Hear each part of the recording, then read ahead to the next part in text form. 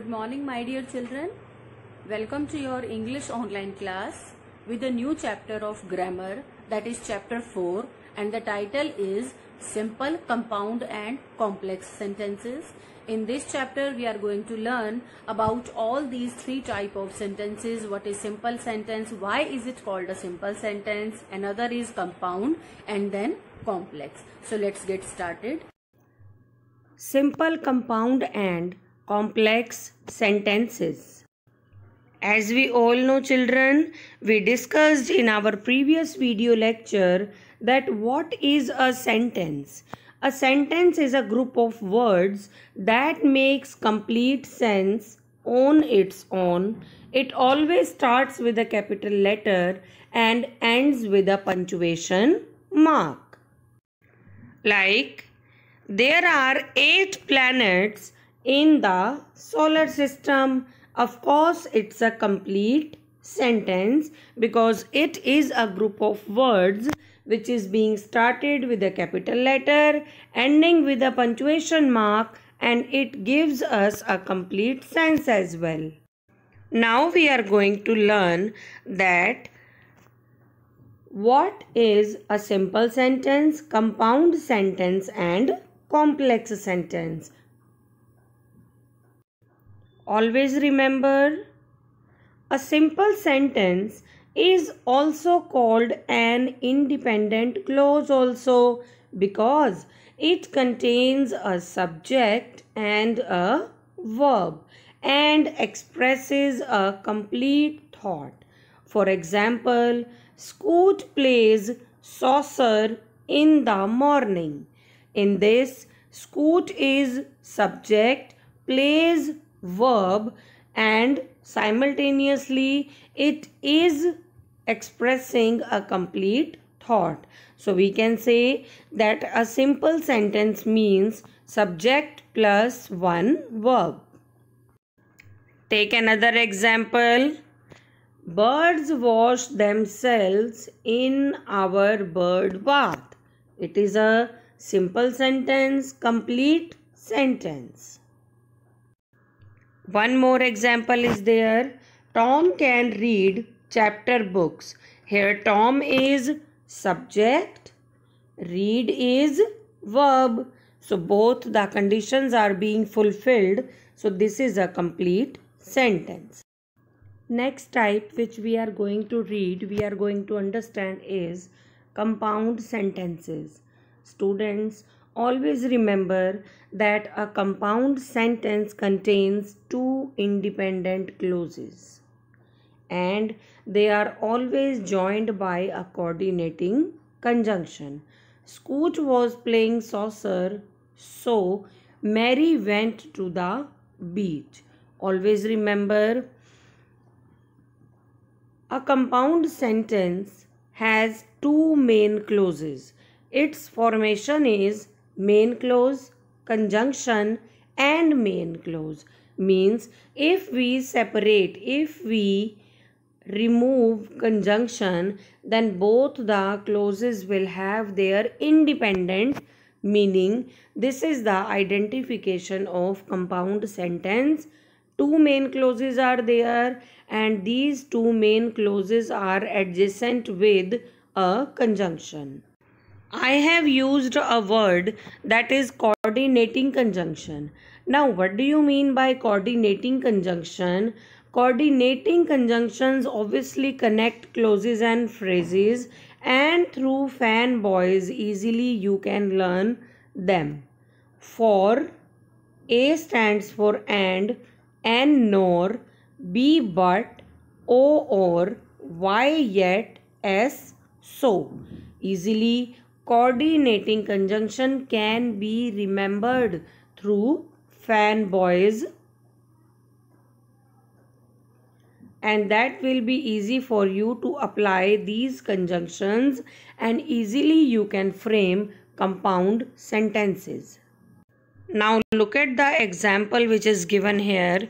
Jake drove the car dash, Mary read the map. Here obviously and conjunction will be used and it is of course a compound sentence. because this sentence is made up of two main clauses and they are joined together with a coordinating conjunction. So hence it is a compound sentence. Take another example of compound sentence only. Jane is coming over dash. We can go for a swim. Jane is coming over, so we can go for a swim. This sentence is also framed with two main clauses and one coordinating conjunction. So hence this sentence is also a compound sentence. Next is complex sentence. As I told you that a simple sentence is a group of words that contains a subject and a verb. Compound sentence is made up of two main clauses, one main clause then conjunction, another is also main clause, but here in complex sentence it is always combined an independent clause with one or more dependent clause. Here one main clause will be there, then conjunction,